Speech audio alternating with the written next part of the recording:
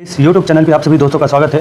चूंकि ये पार्ट 2 है इतिहास के, यानी इससे पहले जो वीडियो डाले गए थे वो इतिहास के पार्ट 1 थे, जो अभी तक बीपीएससी में सवाल पूछे जा चुके हैं। उन सभी सवालों का यानी मॉडर्न हिस्ट्री के सवालों का 3 पार्ट कम से कम आएगा, और उन्हीं 3 पार्टों में हम जो जिक्र करने वाले हैं ये दूसरे पार्ट में, यानी 100 से लेकर के 200 के बीच जितने भी सवाल पूछे गए हैं अभी तक बीपीएससी में, उसके डिस्कस करेंगे, उस सवालों पे डिस्कस करेंगे, और ये घटनाचक्र से संबंधित है। तो चलिए समय को ना गवाते हुए इस वीडियो को शुरू करते हैं।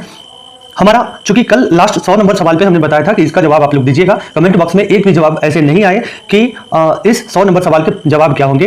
तो चलिए इसका जवाब क्या होगा। तो सवाल पूछा जा रहा है कि भारतीय राष्ट्रीय कांग्रेस की प्रथम महिला अध्यक्ष कौन थी। तो प्रथम महिला अध्यक्ष जो है वो श्रीमती एनी बेसेंट थी, श्रीमती एनी बेसेंट। ठीक है, अब एनी बेसेंट के बारे में थोड़ा सा जान लेते हैं कि एनी बेसेंट कौन थी। और तो एनी बेसेंट आंग्ल आयरलैंड से थी। वे 1907 से 1933 तक थियोसॉफिकल सोसाइटी की प्रधान रही। वर्ष 1916 में होम रूल लीग का गठन किया। अब पूछा कि भारत में होम रूल लीग का गठन किसने किया। तो 1916 में गठन जो किया वो एनी बेसेंट ने किया। 1917 में भारतीय राष्ट्रीय कांग्रेस की पहली महिला अध्यक्ष बनी। 1925 में कानपुर में हुए भारतीय राष्ट्रीय कांग्रेस के 40वें अधिवेशन में सरोजिनी नायडू कांग्रेस की प्रथम भारतीय महिला अध्यक्ष बनी तथा दूसरी महिला अध्यक्ष बनी। यानी अगर प्रथम भारतीय महिला अध्यक्ष के बारे में बोलेगा तो सरोजिनी नायडू होगा, जबकि प्रथम महिला कांग्रेस के अध्यक्ष के बारे में बोलेगा तो एनी बेसेंट होगा। चलिए आगे बात करते हैं 101वें नंबर सवाल की। यानी आज जो 101 से 200 तक के सवाल होंगे उसके पहले सवाल है। यानी 101 नंबर सवाल कह रहा है कि भारतीय राष्ट्रीय कांग्रेस की पहली महिला अध्यक्ष कौन थी। तो पहली महिला अध्यक्ष पूछेगा तो एनी बेसेंट थी, एनी बेसेंट हुई। और पहली अगर भारतीय महिला अध्यक्ष पूछेगा तो सरोजिनी नायडू होगा। ठीक है, चलिए आगे बात करते हैं 102 नंबर सवाल की। और 102 नंबर सवाल कर रहा है कि भारत में नारी आंदोलन इनकी प्रेरणा से प्रारंभ हुआ। किनकी प्रेरणा से प्रारंभ हुआ। तो भारत में नारी आंदोलन जो है वो ज्योतिबा फूले के प्रेरणा से प्रारंभ हुआ। ज्योतिबा फूले के प्रेरणा से प्रारंभ हुआ। ज्योतिबा फूले मानते थे कि महिलाओं एवं दलितों के उत्थान करते के ही समाज की बुराइयों को दूर किया जा सकता है। 1848 में इन्होंने लड़कियों के लिए एक स्कूल खोला। यह लड़कियों के लिए भारत का प्रथम स्कूल था। आधुनिक भारत में महिला आंदोलन की प्रेरणा स्रोत रमाबाई रानाडे रही। महादेव गोविंद रानाडे की पत्नी श्री रमाबाई रानाडे ने सेवा सदन नामक संगठन की स्थापना की। यदि विकल्प ए में रमाबाई नाम होता तो यही उत्तर होता। यही कारण है कि बिहार लोक सेवा आयोग ने किसी विकल्प को सही नहीं माना था। ठीक है, चलिए आगे बात करते हैं 103वें नंबर सवाल की। 103वां नंबर सवाल कह रहा है कि प्रार्थना समाज, यंग इंडिया, लोक हितवादी, सत्यशोधक समाज, रहनुमाई माजदाइन सभा के लिए निम्नलिखित विकल्पों में से सही संयोजन पहचानिए। यानी ए से लेकर के जेड तक जो है, यानी ए से लेकर के आगे तक जो है उसमें कौन कौन से सही हैं, कौन कौन सी स्थिति बनती है जो आपके इस सवाल के लिए सही आंसर होगा। तो शुरू करते हैं, इसको देखते हैं। तो इसमें जो है ये कौन सा होगा। तो आप देख सकते हैं प्रार्थना समाज की स्थापना किसने की। तो प्रार्थना समाज की स्थापना आत्माराम पांडुरंग ने की थी। यंग इंडिया मोहनदास करमचंद गांधी, लोक हितवादी गोपाल हरि देशमुख, और सत्यशोधक समाज जो था वो ज्योतिबा फूले और नौरोजी खुर्दोंजी जो थे वो रहनुमाई माजदाइन सभा की स्थापना की थी। तो इसके विकल्प ऑप्शन नंबर बी होने के चांसेस ज्यादा बनते हैं। क्या है इसका आंसर वो देख लेते हैं। ऑप्शन नंबर बी ही है इसका आंसर। ऑप्शन नंबर बी होगा, ऑप्शन नंबर बी होगा। और ऐसे सवाल बार बार पूछे जा चुके हैं तो इसको ध्यान रखिएगा। Option number B Atmaram Pandurang, Mohandas Karamchand Gandhi, Gopal Hari Deshmukh, Jyotiba Phule, Naoroji Khurdonji. ठीक है, चलिए आगे बात करते हैं, अगले सवाल पे चलते हैं। अगला सवाल कह रहा है कि नाई धोबी बंद सामाजिक बाइकआउट एक स्वरूप था जो 1919 में किसानों के द्वारा प्रतापगढ़ जिले में चलाया गया था। किसानों के द्वारा कब चलाया गया था। तो प्रतापगढ़ जिले में चलाया गया था। वर्ष 1919 के अंतिम दिनों में ये चलाए गए थे। चलिए आगे 105वां नंबर सवाल कह रहा है कि पंजाब भूमि हस्तांतरण अधिनियम कब पारित किया गया। तो पंजाब भूमि हस्तांतरण का अधिनियम जो है वो 1900 ईस्वी में पारित किया गया था। 1900 ईस्वी में। आगे बात करते हैं, अगला सवाल कह रहा है कि अवध का एका आंदोलन का क्या उद्देश्य था। इस अवध के एका आंदोलन का क्या उद्देश्य था। एका आंदोलन का क्या उद्देश्य था। तो ऑप्शन नंबर डी इसमें कह रहा है, ऑप्शन नंबर डी।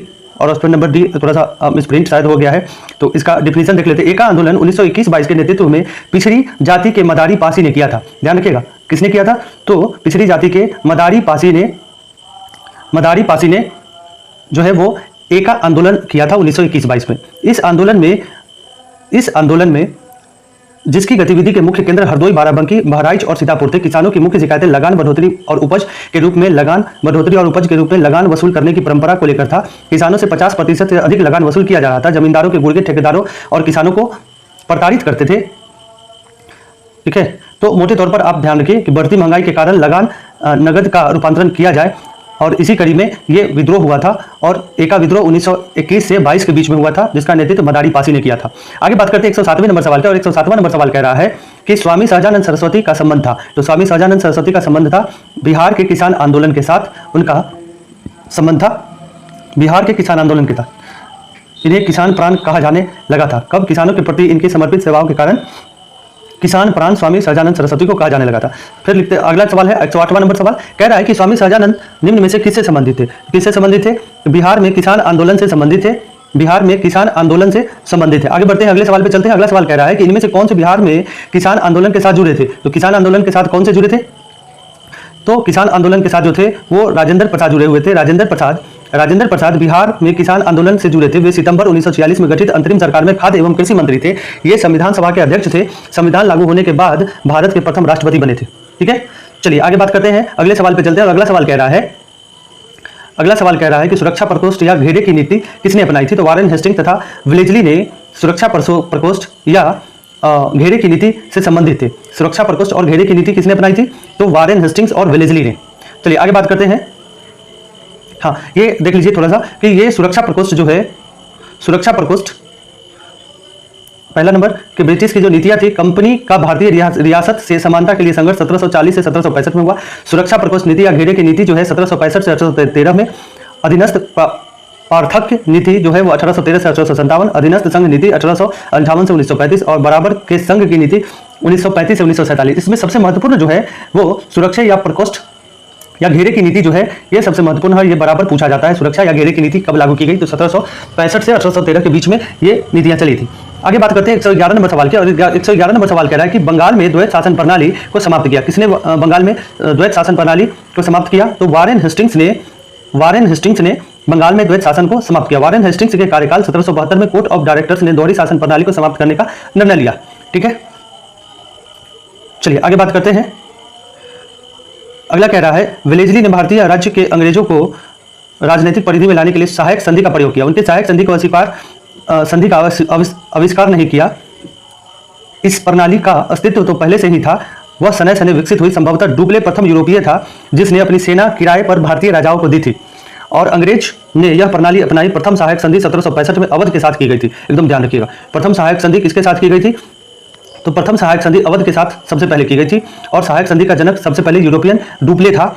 ठीक है, और जब कंपनी ने निश्चित धन के बदले उसकी सीमाओं की रक्षा का वचन दिया, सहायक संधि स्वीकार करने वाले थे हैदराबाद के निजाम थे 1798 में, मैसूर 1799, तंजौर अक्टूबर 1799, अवध नवंबर 1801, पेशवा दिसंबर 1802, बरार के भोसले दिसंबर 1803, सिंधिया फरवरी 1804, जोधपुर जयपुर, मछेरी बूंदी और भरतपुर, ये सभी जो थे इन्होंने इस नीति का जो है वो इस प्रणाली को अपनाई थी।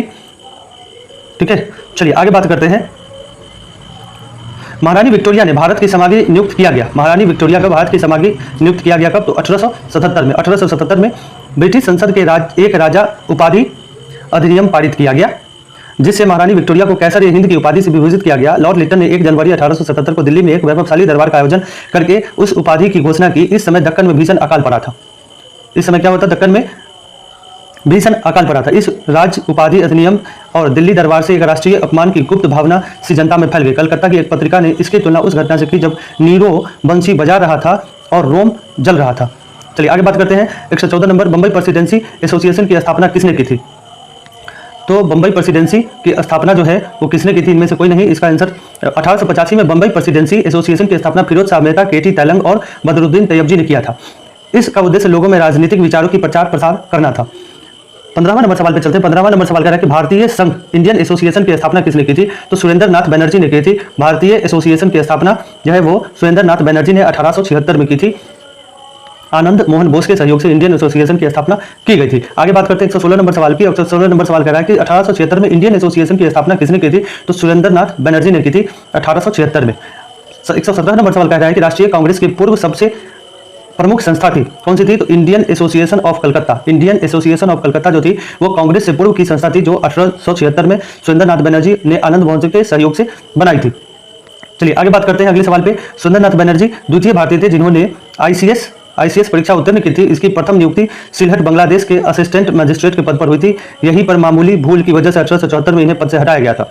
चलिए 119वां नंबर सवाल कह रहा है कि राजनीतिक सुधारों को लेकर विरोध करने वाले पहले भारतीय कौन थे? तो राजा राम मोहन राय थे। इन्हें भारतीय जन जागरण का अग्रदूत कहा जाता है, पुनर्जागरण का अग्रदूत कहा जाता है।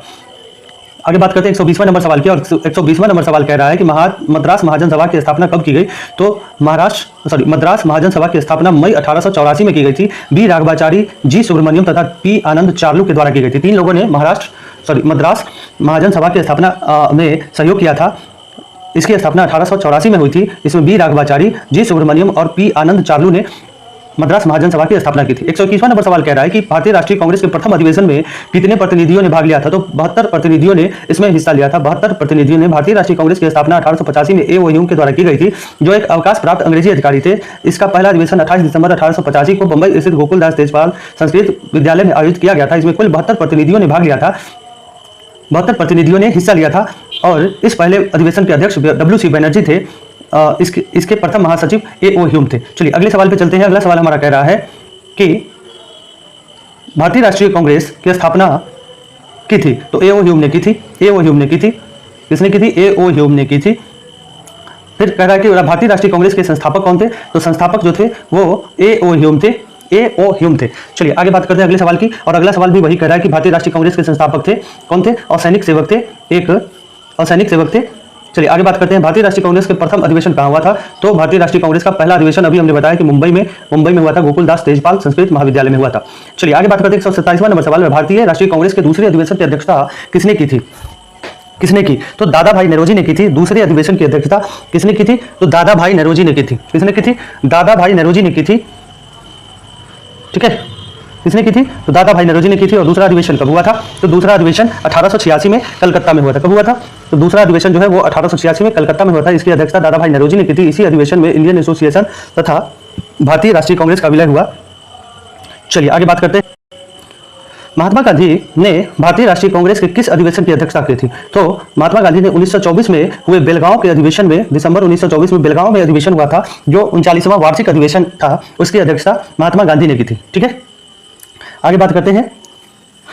129वां नंबर सवाल कह रहा है 129वां नंबर सवाल कह रहा है कि इंडियन नेशनल कांग्रेस की प्रथम भारतीय महिला अध्यक्ष कौन थी? तो प्रथम भारतीय महिला अगर कहेगा तो सरोजिनी नायडू होगा। अगर प्रथम महिला कहता तो एनी बेसेंट होता। ये 1925 में कानपुर के अधिवेशन में इनको कांग्रेस का अध्यक्ष बनाया गया था 1925 में। और ये वार्षिक 40वां अधिवेशन था, कांग्रेस का 40वां वार्षिक अधिवेशन था। चलिए आगे बात करते हैं। अगला सवाल कह रहा है भारतीय राष्ट्रीय कांग्रेस का 27वां अधिवेशन 1912 में बांकीपुर पटना में हुआ था। इस अधिवेशन की अध्यक्षता R.N. माधवलकर ने की थी। इसी अधिवेशन में ए ओ ह्यूम को कांग्रेस का पिता कहा गया था। कांग्रेस का फादर ऑफ कांग्रेस किसको कहा गया? तो ए ओ ह्यूम को कहा गया था। ए ओ ह्यूम को कहा गया था। आगे बात करते हैं। 131वां नंबर सवाल कह रहा है कि पुस्तक poverty and un British rule in India किसने लिखी? तो दादा भाई नौरोजी ने लिखा था। Poverty and un British rule in India नामक पुस्तक के लेखक दादा भाई नौरोजी थे। 132वां नंबर सवाल कह रहा है 132वां नंबर सवाल कह रहा है कि किसने कहा था कांग्रेस आंदोलन न तो लोगों द्वारा प्रेरित था और न ही यह उनके द्वारा सोचा और योजनाबद्ध किया गया था? किसने कहा था? तो यह कहा था सर सैयद अहमद ने। सर सैयद अहमद ने कहा था। यह 2005 में पूछा गया सवाल है। कहा कि 1888 में सर सैयद अहमद खान ने एक संयुक्त भारतीय राजभक्त सभा बनाई, जिसका स्पष्ट उद्देश्य कांग्रेस के प्रचार को निष्फल बनाना था और लोगों को कांग्रेस से दूर रखना था। सर सैयद अहमद खान ने कहा था कि कांग्रेस आंदोलन न तो लोगों द्वारा प्रेरित था और न ही उनके द्वारा सोचा और योजनाबद्ध किया गया था। 133वां नंबर सवाल कह रहा है कि मुझे विश्वास है कि कांग्रेस अपने विनाश की तरफ जा रही है और यह बड़ी इच्छा भारत में रहते होगी कि इसके शांतिप्रिय निधन के लिए इसका सहायक बनूं। यह कथन किसका था? तो यह कथन था लॉर्ड कर्जन का। लॉर्ड कर्जन का, जिसने 1905 में क्या किया? बंगाल विभाजन किया था। लॉर्ड कर्जन ने क्या किया? 1905 में बंगाल का विभाजन किया। बंगाल का विभाजन किया। चलिए आगे बढ़ते हैं। अगले सवाल पे चलते हैं। 134वें नंबर सवाल पे चलते हैं। 134वां नंबर सवाल कह रहा है 134वां नंबर सवाल कर रहा है कि निम्न में से किस वायसराय ने के कार्यकाल में भारतीयों को राय बहादुर और खान की उपाधियां प्रदान करना प्रारंभ किया था? राय और खान बहादुर की उपाधियां प्रारंभ हुआ था देना। तो लॉर्ड लिटन के समय में लॉर्ड लिटन के समय में जो है वो भारतीयों को राय बहादुर और खान बहादुर की उपाधियां देना प्रारंभ किया था। और इसी लॉर्ड लिटन के समय में 1878 में जो है वो वर्नाकुलम प्रेस एक्ट आया था। वर्नाकुलर प्रेस एक्ट आया था 1878 में लॉर्ड लिटन के समय में। 125वां नंबर सवाल कह रहा है कि अधिकतर नरमपंथी नेता थे, कहाँ से थे? तो शहरी क्षेत्रों से। ये अधिकतर नरमपंथी नेता जो थे वो शहरी क्षेत्रों से थे। शहरी क्षेत्रों से उन्हें उदारवादी नेता भी कहा जाता था। चलिए आगे बात करते हैं। अगले सवाल पे चलते हैं। अगला सवाल हमारा है गोपाल कृष्ण गोखले किस खेमे से थे? गोपाल कृष्ण गोखले जो थे वो उदारवादी खेमे से थे। उसके बाद आता है सवाल 137वां नंबर सवाल कि भारत सेवक समाज की स्थापना किसने की थी? तो भारत सेवक समाज की स्थापना जो है गोपाल कृष्ण गोखले ने की थी। 1905 में पूना में गोपाल कृष्ण गोखले ने भारत सेवक मंडल सर्वेंट्स ऑफ इंडिया सोसाइटी की स्थापना की थी, जिसका उद्देश्य भारत सेवा के लिए प्रचारक तैयार करना था। ठीक है, अब आते हैं 138वें नंबर सवाल पे। 138वां नंबर सवाल कह रहा है कि 1905 में सर्वेंट्स ऑफ इंडिया सोसाइटी की स्थापना किसके द्वारा की गई? तो किसके द्वारा की गई? Option number D Vipin, option number D Gopal Krishna Gokhale. अभी हमने बताया कि 1905 में सर्वेंट्स ऑफ इंडिया सोसाइटी की स्थापना किसने की? तो गोपाल कृष्ण गोखले ने की 1905 में। 139वां सवाल कह रहा है कि रजनी पामदत्त ने कहा वो साम्राज्यवाद से लड़ते भी थे और सहयोग भी करते थे। उन्होंने किस राजनीतिक गठबंधन के बारे में यह कहा था? किसके बारे में कहा था? तो ऑप्शन नंबर ए यानी कांग्रेस के बारे में कहा था। भारतीय राष्ट्रीय कांग्रेस के बारे में रजनी कहा कि भारतीय राष्ट्रीय कांग्रेस के बारे में कहा था कि कांग्रेस कई अवसरों पर अंग्रेजी हुकूमत के साथ सहयोग भी करता था, जैसे प्रथम विश्व युद्ध में भारतीय सहयोग ही गांधी इरविन वार्ता हो। इसके अतिरिक्त भारतीय राष्ट्रीय कांग्रेस ने साम्राज्यवाद का विरोध करते हुए अंग्रेजों से आज़ादी की लड़ाई लड़ते हुए देश को स्वतंत्र कराया। चलिए आगे बात करते हैं। 140वां नंबर सवाल कह रहा है कि भारतीय राष्ट्रीय आंदोलन गर्मपंथियों के प्रभावाधीन आया। 1906 के बाद आया, 1906 के बाद आया, 1906 के बाद आया। कब आया? वर्ष 1906 के बाद भारतीय राजनीति कांग्रेस के भीतर गरम दल का प्रभाव बढ़ा। गरम दल का नेतृत्व प्रमुख कांग्रेसी नेताओं ने बाल गंगाधर तिलक, लाला लाजपत राय, बिपिन चंद्रपाल तथा अरविंद घोष ने मिलकर किया। इन नेताओं ने स्वराज को अपना लक्ष्य बनाया। तिलक ने नारा दिया, स्वराज मेरा जन्म सिद्ध अधिकार है और मैं इसे लेकर रहूंगा। चलिए आगे बात करते हैं 141वें नंबर सवाल पे। और 141वां नंबर सवाल क्या कह रहा है हमारा?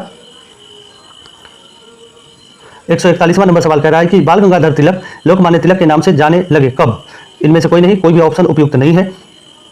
अब इसका डिफिनीशन क्या है, इसको देख लीजिए। ब्रिटिश सरकार ने बाल गंगाधर तिलक को पुणे के असिस्टेंट कलेक्टर रैंड की हत्या के मामले में अभियुक्त बनाया। तिलक को दोषी पाया गया और उन्हें 18 माह की कठोर कारावास की सजा सुनाई गई। जब वे जेल से बाहर आए तो वे एक राष्ट्रीय नायक, नेशनल हीरो के रूप में उभरे और उन्हें लोकमान्य की उपाधि प्राप्त हुई।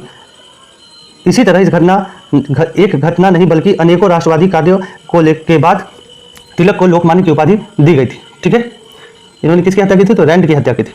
142 नंबर, निम्नलिखित में से कौन सा नेता कांग्रेस के गरम दल से संबंधित था? तो कांग्रेस के गरम दल से संबंधित जो था वो अरविंद घोष थे। अरविंद घोष। आगे बात करते हैं, Indian national council of education की स्थापना कब हुई थी? नेशनल काउंसिल ऑफ एजुकेशन की स्थापना 15 अगस्त 1906 को हुई थी। 15 अगस्त 1906 को हुई थी। राष्ट्रीय शिक्षा के क्षेत्र में 8 नवंबर 1905 को रंगपुर नेशनल स्कूल की स्थापना हुई। 16 नवंबर 1905 को कलकत्ता में एक सम्मेलन का आयोजन हुआ।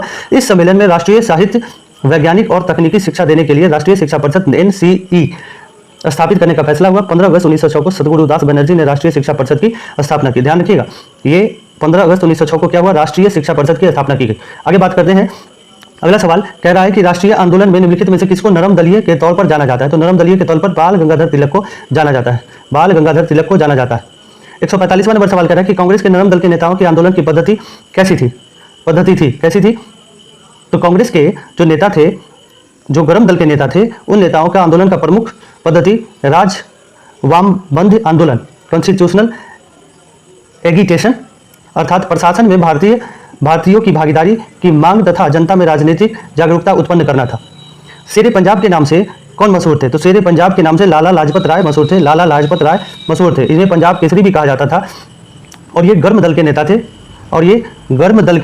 थे। चलिए आगे बात करते हैं। अभिनव भारत से कौन संबंधित था? तो अभिनव भारत से संबंधित वीडी सावरकर थे। अभिनव भारत की स्थापना 1904 में हुई थी। स्थान महाराष्ट्र और संस्थापक वीडी सावरकर थे। विनायक दामोदर सावरकर 1899 में स्थापित मित्र मेला ही 1904 में एक गुप्त सभा अभिनव भारत में परिवर्तित हो गया था। अब 148वें नंबर सवाल पे, मुजफ्फरपुर में किंग्सफोर्ड की हत्या का प्रयास कब किया गया था? तो किंग्सफोर्ड की हत्या का प्रयास 1908 में किया गया था। 30 अप्रैल 1908 को बिहार के मुजफ्फरपुर में खुदीराम बोस और प्रफुल्ल चाकी ने किंग्सफोर्ड पर बम फेंका, परंतु किंग्सफोर्ड बच गया। दुर्भाग्य से राष्ट्रीय आंदोलन से हमदर्दी रखने वाले मिस्टर कैनेडी की पत्नी एवं पुत्री मारी गई। प्रफुल्ल चाकी ने पुलिस से बचने के लिए आत्महत्या कर ली और खुदीराम बोस को गिरफ्तार कर लिया गया। ठीक है, अपने ही यहाँ पे पूसा रोड स्टेशन जो है वो उन्हीं को वहीं पे गिरफ्तार कर लिया गया था। द टाइम्स ऑफ इंडिया एक राष्ट्रवादी समाचार पत्र नहीं था। इसके अतिरिक्त द हिंदू, बंगाली और महर्ता राष्ट्रवादी सोच को बढ़ावा देने वाले थे। चलिए 150वें नंबर सवाल पे आते हैं। 150वां नंबर सवाल कर रहा है कि क्रांतिकारी गतिविधियों के साथ कौन सी पत्रिका जुड़ी हुई नहीं थी? तो क्रांतिकारी गतिविधियों के साथ यंग इंडिया पत्रिका क्रांतिकारी गतिविधियों के साथ जुड़ी हुई नहीं थी, क्योंकि यंग इंडिया जो था वो महात्मा गांधी इसका संपादन करते थे। ठीक है, चलिए आगे 151वां नंबर सवाल कह रहा है, 151वां नंबर सवाल कह रहा है, क्या कह रहा है कि नीचे दिए गए विकल्पों में राष्ट्रवादी समाचार पत्रों द हिंदू, केसरी, बंगाली, हिंदुस्तानी, सुधारक के संपादकों के नाम का सही संयोजन ज्ञात करिए। तो सही संयोजन इसका है जीव सुब्रमण्यम अय्यर, बाल गंगाधर तिलक, सुरेंद्र नाथ बनर्जी, गंगा प्रसाद वर्मा, गोपाल कृष्ण गोखले। ध्यान रखिएगा ऑप्शन नंबर डी इसका आंसर होगा, ऑप्शन नंबर डी इसका आंसर होगा। देख सकते हैं यहाँ पे द हिंदू के संपादक जी सुब्रमण्यम अय्यर, केसरी के संपादक बाल गंगाधर तिलक जो अंग्रेजी भाषा में आती थी, बंगाली के संपादक सुरेंद्र नाथ बनर्जी, हिंदुस्तानी के गंगा प्रसाद वर्मा, सुधारक के गोपाल कृष्ण गोखले।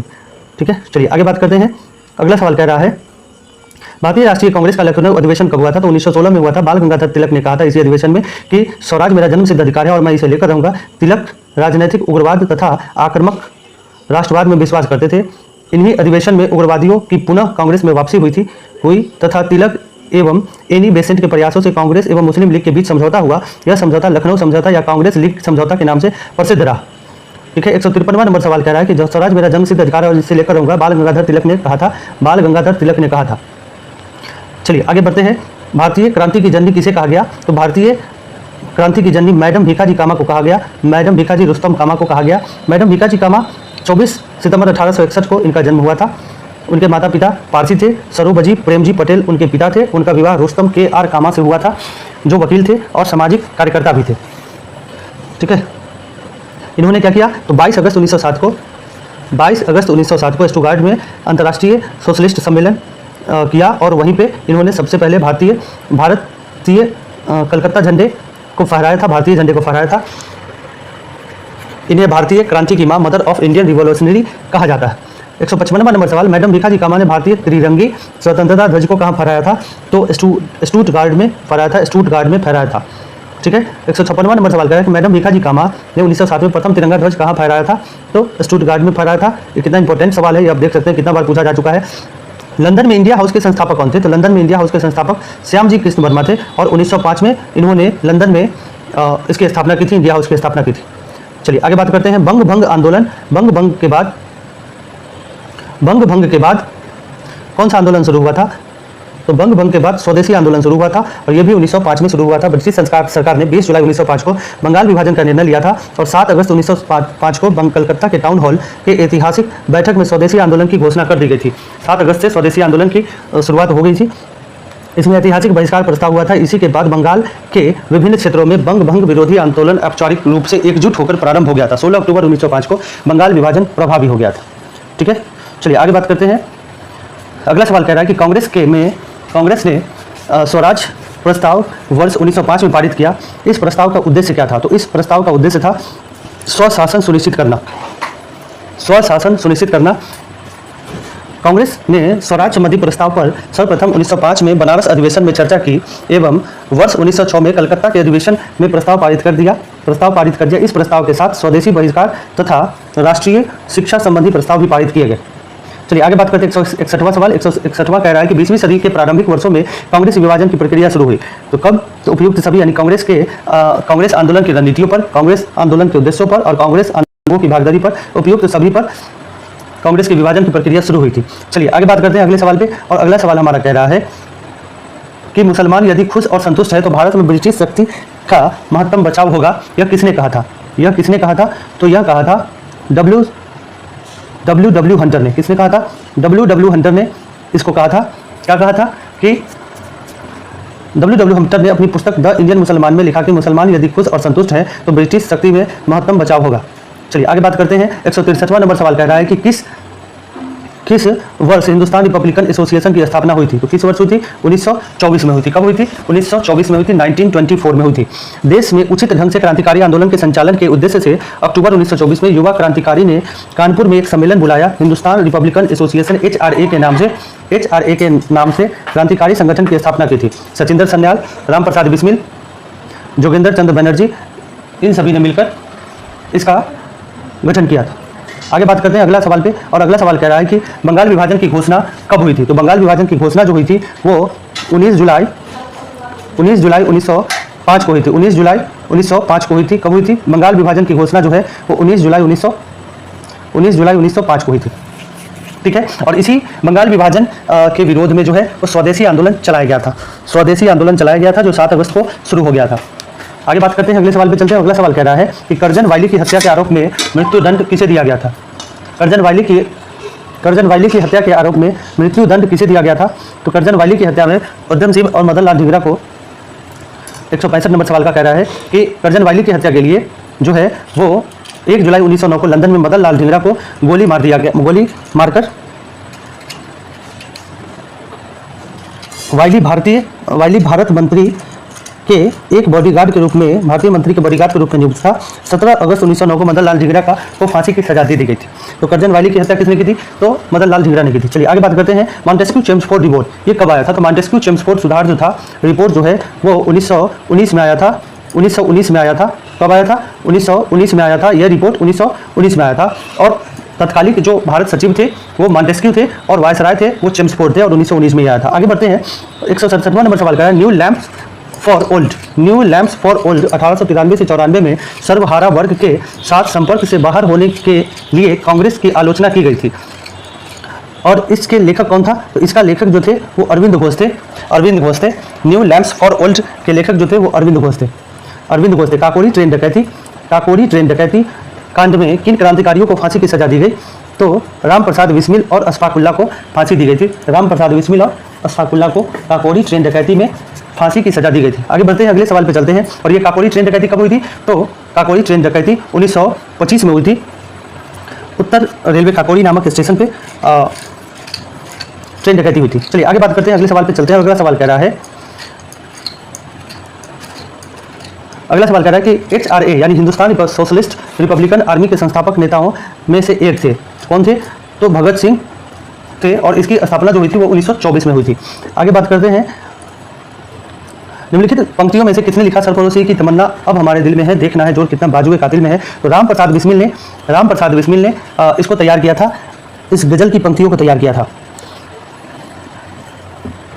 चलिए आगे बात करते हैं 171वें नंबर सवाल पे।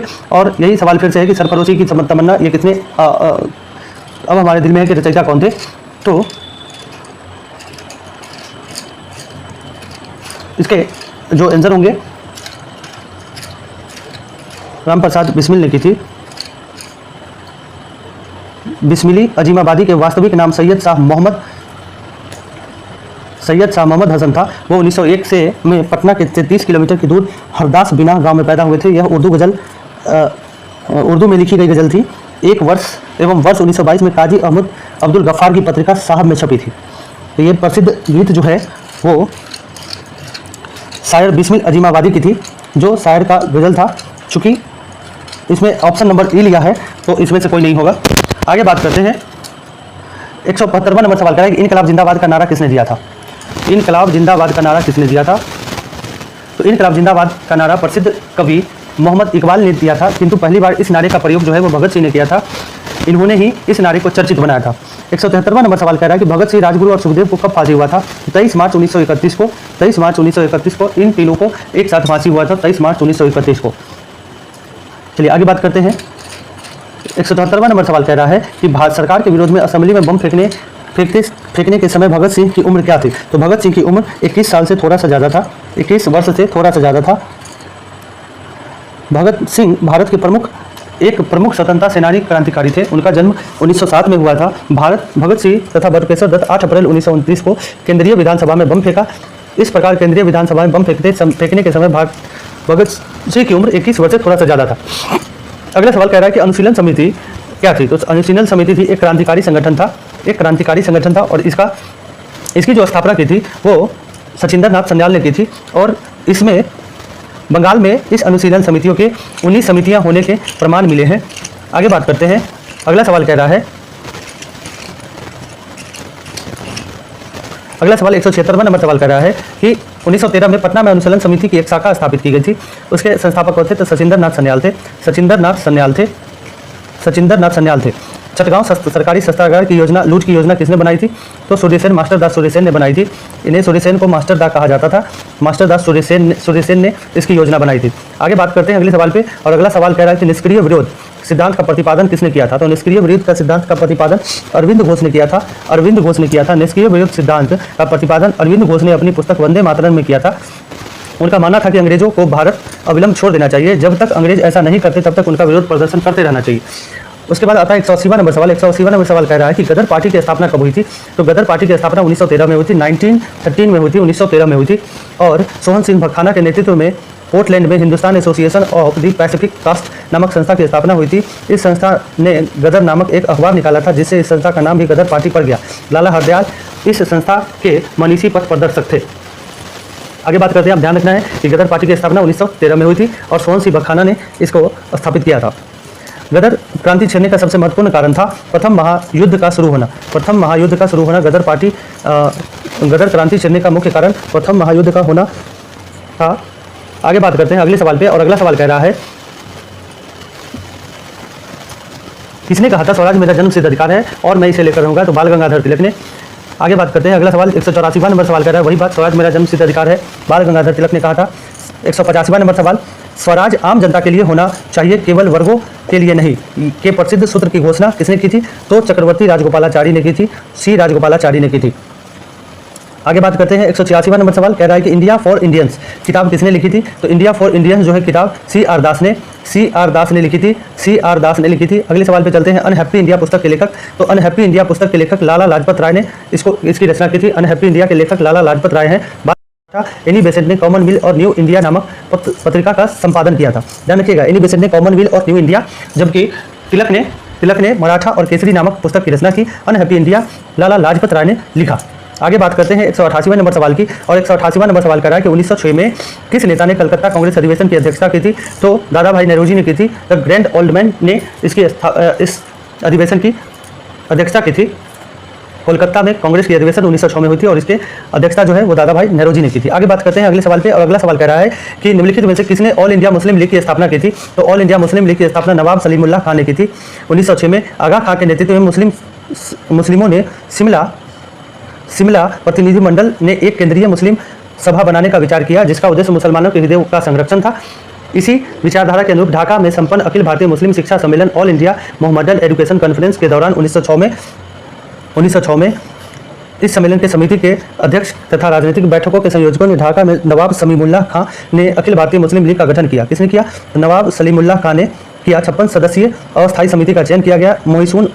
मोहसिन उल मुल्क तथा वकार उल मुल्क को संयुक्त रूप से संगठन का सचिव नियुक्त किया गया। लखनऊ में मुस्लिम लीग का मुख्यालय बनाया गया और आगा खां इसके प्रथम अध्यक्ष बनाए गए। यानी मुस्लिम लीग की स्थापना 1906 में हुई और इसके प्रथम अध्यक्ष जो थे वो आगा खां को बनाया गया, आगा खां को। चलिए आगे बात करते हैं, अगले सवाल पे चलते हैं। अगला सवाल कह रहा है कि 1906 में मिंटो से शिमला में मिले मुसलमानों के शिष्टमंडल ने प्रार्थना की थी। क्या की थी। तो मुसलमानों के लिए एक पृथक निर्वाचक वर्ग की व्यवस्था की जाए, और इसी के कड़ी में 1909 में इन लोगों को 1909 में एक पृथक निर्वाचन क्षेत्र दिया गया, जिसे मार्लम मिंटो सुधार के रूप में जाना जाता है। 191 नंबर सवाल कह रहा है कि निम्न में से किस अधिनियम ने भारत में पृथक निर्वाचन मंडल का आरंभ किया। तो 1909 का भारत परिषद अधिनियम, इसे मार्ले मिंटो सुधार कहा जाता है। क्या कहा जाता है। मार्ले मिंटो सुधार कहा जाता है। मार्ले मिंटो सुधार कहा जाता है, 1909 में आया था। चलिए आगे बात करते हैं। 192 नंबर सवाल कह रहा है कि निम्नलिखित में से किसके योगदान से होम रूल लीग की स्थापना में नहीं था। किसका योगदान होम रूल लीग की स्थापना में नहीं था। तो टी एस ऑलकॉट का जो है वो योगदान नहीं था होम रूल लीग की स्थापना में। चलिए होम रूल लीग की स्थापना कब हुई थी। तो 1916 में हुई थी, 1916 में हुई थी। आगे बात करते हैं, अगले सवाल पर चलते हैं। अगला सवाल कह रहा है शिक्षा में सुधार हेतु ब्रिटिश सरकार ने सैडलर विश्वविद्यालय आयोग की नियुक्ति की, और सैडलर विश्वविद्यालय आयोग 1917 में बनकर तैयार हुआ था। 1917 में सरकार ने कलकत्ता विश्वविद्यालय के संभावनाओं के अध्ययन तथा रिपोर्ट के अनुसार इस आयोग का नियुक्ति किया था। चलिए 1917 में हुआ था। 195 नंबर सवाल कर रहा है कि होम रूल आंदोलन भारत में स्वतंत्रता संग्राम का एक नए चरण के आरंभ का द्योतक है, क्योंकि इसने देश के सामने स्वशासन सेल्फ गवर्नमेंट की ठोस योजना रखी थी। होम रूल आंदोलन 1916 में शुरू हुआ था। बंगाल विभाजन, अब बंगाल विभाजन के प्रत्याघात के रूप में कौन सा आंदोलन शुरू हुआ। तो स्वदेशी आंदोलन शुरू हुआ था। 1905 में 20 जुलाई 1905 को बंगाल विभाजन का निर्णय लिया गया और इसके विरोध में 7 अगस्त 1905 को स्वदेशी आंदोलन की शुरुआत हो गई, और 16 अक्टूबर 1905 को जब बंगाल विभाजन लागू हो गया उस दिन शोक दिवस के रूप में मनाया गया। 16 अक्टूबर को जब बंगाल में विभाजन लागू हो गया तो शोक दिवस के रूप में मनाया गया। रविंद्रनाथ टैगोर ने राखी दिवस के रूप में मनाया। यह दिवस राष्ट्रवादियों द्वारा बंगाल के अटूट एकता को प्रदर्शित करने वाला बनाया।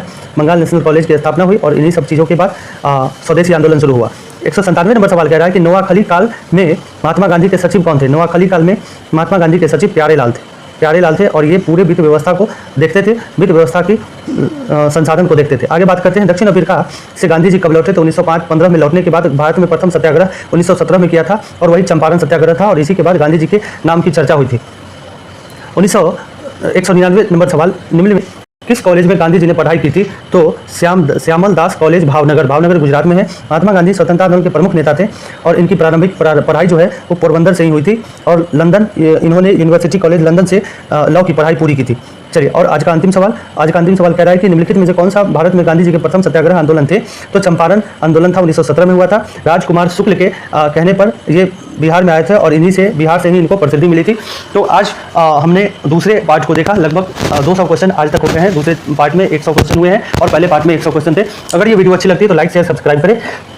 अगले दिन यानी कल फिर से एक वीडियो आएगा और तब जाके जो है वो 300-400 क्वेश्चन के जो पूरे टारगेट हैं वो समाप्त होंगे। उसके बाद हम लोग अगले चैप्टर पे चलेंगे। मिलते हैं अगले वीडियो में, तब तक के लिए गुड डे, टेक केयर।